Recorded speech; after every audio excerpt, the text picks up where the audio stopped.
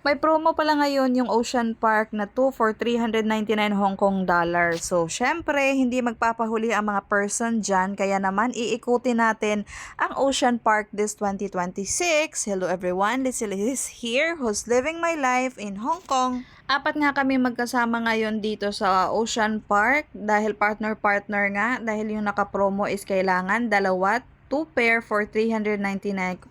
I-convert natin in peso, nasa 3,000 pesos yung entrance. So, dahil dalawa tayo, divide 2, tagwa 1,500 kami. Well, medyo a bit pricey pa rin, pero okay na din siya. Compare na, pupunta ka talaga dito ng ganong price. Anyway, dito sa Ocean Park pala is libre siya tuwing birthday mo.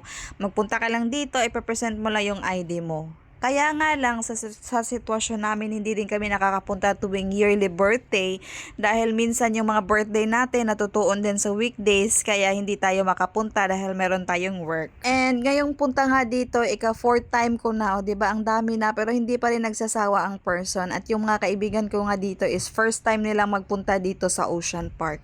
Kaya naman ako yung kanilang tour guide for today. So pagpasok natin, sumakay agad tayo nitong cable car papunta sa kabilang dulo ng Ocean Park, which is nandun lahat ng mga rides. Grabe, napakainit na nga dito sa Hong Kong, nagsa-summer na at feel na feel ko talaga yung aking sexing outfit, 'di ba? Nagka-curl pa ang person ng buhok pero maya-maya mababasa din tayo sa voting. At pagpasok pala dito sa Ocean Park, lahat ng mga amenities dito ay libre, lahat ng mga rides kasama na 'yon sa ating binabaydan or binabayaran. Yung gusto mo na lang bilhin is yung mga pasalubong mo at saka mga food, yun yung hindi kasama. Pero meron kami mga bitbit na tinapay at water at meron ding mga libreng water dito sa mga malalapit sa CR na mga water fountain. O diba, dahil dalawa lang kami sumakay dito ng cable car ng aking friendly, so nagkanya-kanya kaming video. Nagsariling sikap kami. Sabi ko sa kanya, mag-video ka din dyan ng sarili mo at mag-video din ako. So, dapat supposed to be apat kami sasakay sa isang cable car pero naisip namin, bakit ba tayo sasakay lahat na apat kung pwede lang naman tayo sasakay ng dalawa para mas maluwag. At diba, makapagkuha ng magagandang video, magagandang spot. So, ganyan yung technique. So nga, ito na, pababa na nga at ito yung ating next spot. Yung spot na yun, yung napakataas, maganda yan sakyan dito dahil makikita natin ang buong view ng Ocean Park. Parang 360 degree yung view na makikita natin. And akala ng mga kasama ko nga is napakabilis niyan, kaya natakot sila. Sabi ko parang wala ka lang nararamdaman pag sasakay ka dyan, kaya halina kayo at sasakay tayo. Huwag niyo lang palampasin. Minsan lang tayo magpunta dito at minsan lang tayo magbayad ng entrance fee. O sasakay na ang mga person dito, ayan. So nandito na nga kami at nakapila. Dahil nga ngayon, Sunday ngayon, pero wala din masyadong tao, no. Konti lang yung mga nagpupunta. So kaya naman walang pila kasi minsan talaga napakaraming pila dito. Pero ito kasi yung parang hindi naman challenging na ride. Gusto mo lang makita yung buong view ng Ocean Park kaya wala masyadong pila.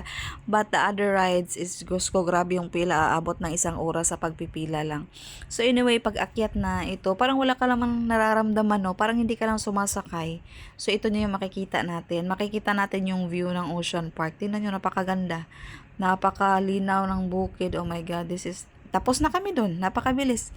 So, hindi ko na nakuha ng lahat. And for now, sasakay kami ng boat. Sasakay kami ng boat. Hindi naman siya barko, boat. My God, nabaliw ng person. Sasakay kami dito ng boat. So, dapat meron kaming raincoat. Pero since na hindi na nga kami bibili dahil mga kuripot ang mga person, di bali nang mabasa tayo, tutuyo din tayo dahil sa malakas na naman, mainit na naman ang panahon. And meron din akong jacket kasi napakainit din. Pero honestly, yung curls ko talaga dito, yung curl ko, mawawala talaga siya dahil nababasa ng sobra ang mga person dito. Pero enjoy na enjoy naman. Diba, ganito lang, mag-i-enjoy tayo, no? Dapat mag-enjoy talaga ang mga person dahil sa every week pagod na pagod at stress na stress sa trabaho. So dito talaga masisigaw mo lahat ng mga problema mo at hinanakit mo sa buhay. Napakasaya nga at ito nag-ready na kami. Of course, pumipila din. Ayan, kami na. Finally, kami na. So, bakit ba kami mababasa? Yes, merong mga shower dyan. Merong mga shower. Ito yung boat na sinasabi ko. Iniwan ko kung anong tawag dyan. Kung boat ba talaga or iwan. Ayan, sasakay ang person dyan, iikot-ikot ang boat dyan, at mababasa nga kasi merong dadaan dyan na may mga water.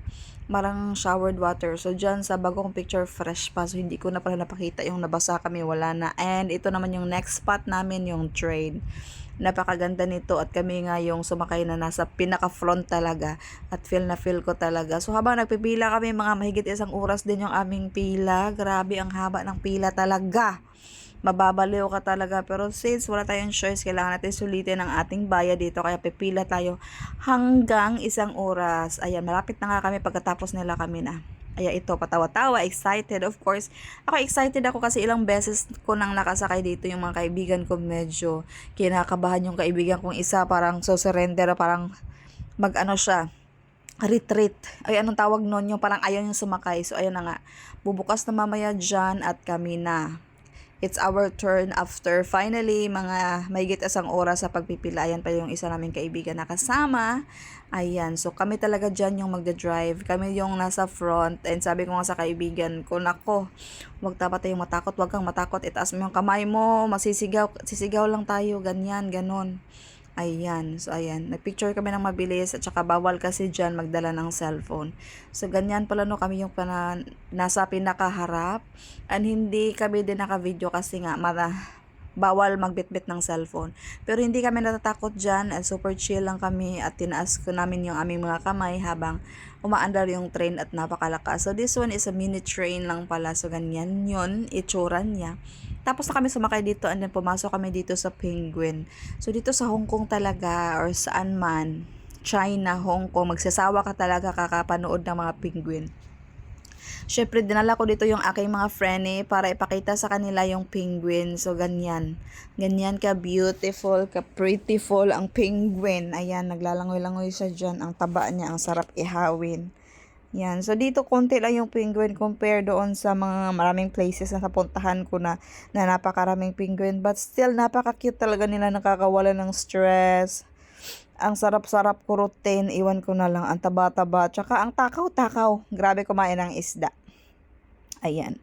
So, ito yung mga real penguin, no. Meron naman din maraming penguin sa Pilipinas. Kung may mga money lang tayo, maka-afford lang tayo magpunta ng mga ocean park. Meron di ba ocean park sa Cebu at saka sa Manila.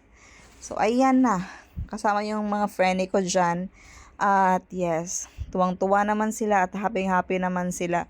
So, ayan, nag-i-enjoy na talaga ang mga person. Napakaganda dito kasi napakalamig pero malangsa ang place na i-touch.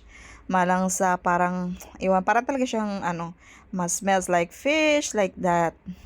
Ayan, so meron pa itong part 2 yung aking i-upload. Yun lang muna.